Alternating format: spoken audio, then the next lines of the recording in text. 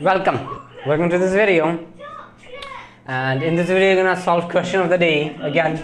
Okay, this is the first question of the day. Okay, so this is the first question of the day. Let's try them. Let's try it. So the LHS is cosine x. So what are you gonna do with cosine x? So you have to write it in terms of half angle. So I can write in terms of half angle as cosine squared x over 2 minus sine squared x over 2. How I can write this as this? Because cosine 2x is cosine squared x minus sine squared x. So it's the same logic, use it here. Now I can extend this further as cosine squared x over 2, and I have to bring the numerator and denominator, two things here. So I can write this as sine squared x over 2, and on the bottom, if there's nothing, then there is 1 already. We can write that this is divided by 1. So we can write 1 as sine squared x over 2 plus cosine squared x over 2. Pretty easy. Now what do you have to do here? You have to bring tangent. And yeah, to have tangent here, we can divide sine squared x over 2 by cosine squared x over 2. So you're going to divide the numerator and denominator by cosine squared. So this will be cosine squared x over 2 minus sine squared x over 2. This all divided by cosine squared x over 2. Why I'm dividing this by cosine squared over 2? Because I have to bring tangent there, and this does bring me tangent. That's why I'm doing this. And this, and on the bottom we have sine squared x over 2 plus cosine squared x over 2. I have to divide it by whatever thing. Okay, so it's 2 actually there. So I have to divide this thing again by whatever thing that I divided on the numerator, which is cosine squared x over 2. So what this becomes now is the cosine squared x over 2, cosine squared x over 2 cancels out and leaves me 1. This is tan squared x over 2 divided by, this will be 1 plus, because, okay, wait a minute. Yeah, this will be 1 plus tan squared. You may like how? Then sine squared divided by cosine squared. X is tan squared x over 2, and then plus 1, because this gives me 1. So rewriting this, we can write this as this. Alright, so we have this thing proven. So yeah, proved. We have proved this. Now let's do the second problem, okay? So let's move on to the second problem. If you want to write this down, note this down, then pause the video, note it down. Okay, so the second problem is this. Now we're going to do the second problem. So here we have tan s plus cotangent s is equal to 2 cosecant 2s. Okay, so this thing here seems more complex than this. That's why we're going to choose RHS to solve. So you're going to solve RHS. So RHS is 2 cosecant 2s. And now we have to change into tangent and cotangent. You don't know the formula of cosecant 2s, but you do know the formula of cosine 2s. So I can transform this as 2 over cosine 2s. Why? Because I do know the formula of cosine 2s. Does that make sense? Okay. So if you do this, this will be 2 over, and if you use the formula of cosecant 2s, if you have to transform into tangent and cotangent, so you need to have tangent and cotangent both here. So you better write both cosine and sine. Why? Because we have both tangent and cotangent, both present there. And now this will be 2 over. I can write this as, you have to change into tangent and cotangent. Okay. So to change into tangent and cotangent, what do you have to do? I have to divide. Wait a minute. I have to divide this numerator by cosine square s, because if I do it by cosine square s, then it will be here tangent. Okay, does that make sense? Okay, but that's actually an interesting mistake made there. A very silly mistake. I can't believe this mistake was made. What mistake was made here is that is cosecant, it's not secant. Okay, so it should be sine 2s. So I realized this after 2 steps. Okay, This is shameful. Now this is 2, and sine 2s is can be written as, we have, okay. So there is only one way to write sine 2s, so we cannot do much about it. Cosine s. Okay, alright. And now, what do you have to get? The 2 and 2 cancels out. Okay, so this 2 cancels out. Now 1 is up there, but I have to, okay, and 1 is there. So I can write 1 as sine square s plus cosine square s. Why? Because that's the only modification I can make. There's no other modification. Okay? Students have this, I mean, they are unable to understand how we make things the way we make, because there's no any other thing that we can do. Okay, so that's why we do it like this. And now the next thing is, what can you do now?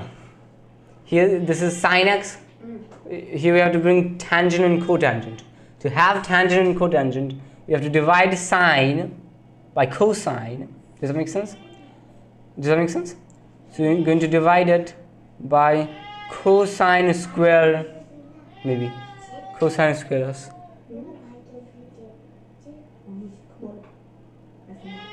Maybe if you do cosine, let's do it by.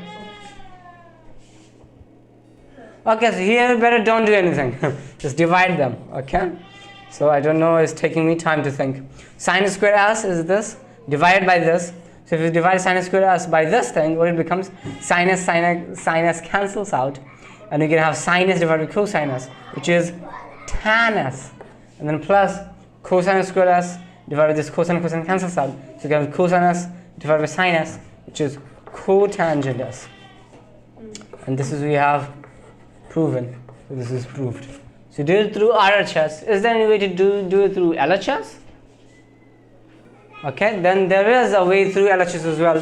So let's do it through LHS to RHS.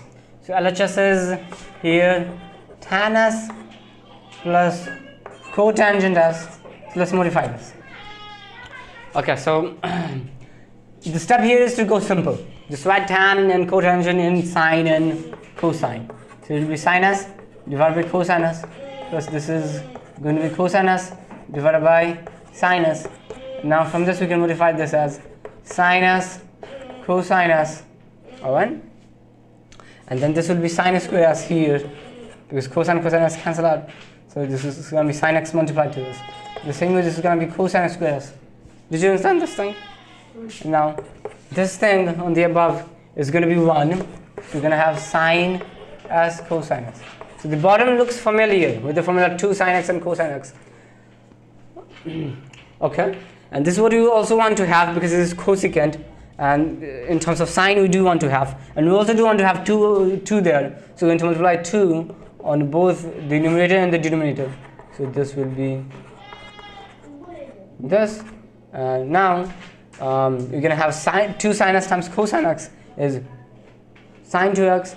So it's going to be 2 over sine 2s, and this is going to be 2 cosecant s. So yeah, so this is 2 cosecant s. So here, or maybe I should write there. This is 2 cosecant s. Okay. Okay. So we have proven that this is 2 cosecant s.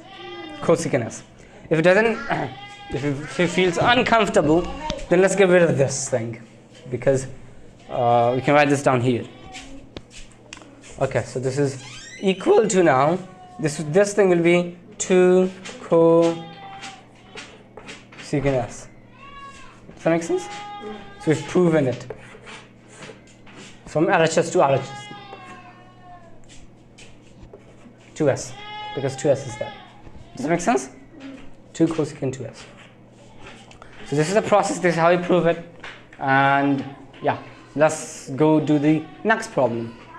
So you can pause the video and write it down. Okay, so let's solve this problem. Okay, so I just thought about this problem right now. You have to do it through LHS. Okay, so let's do it through LHS. So LHS is cotangent square s over 2.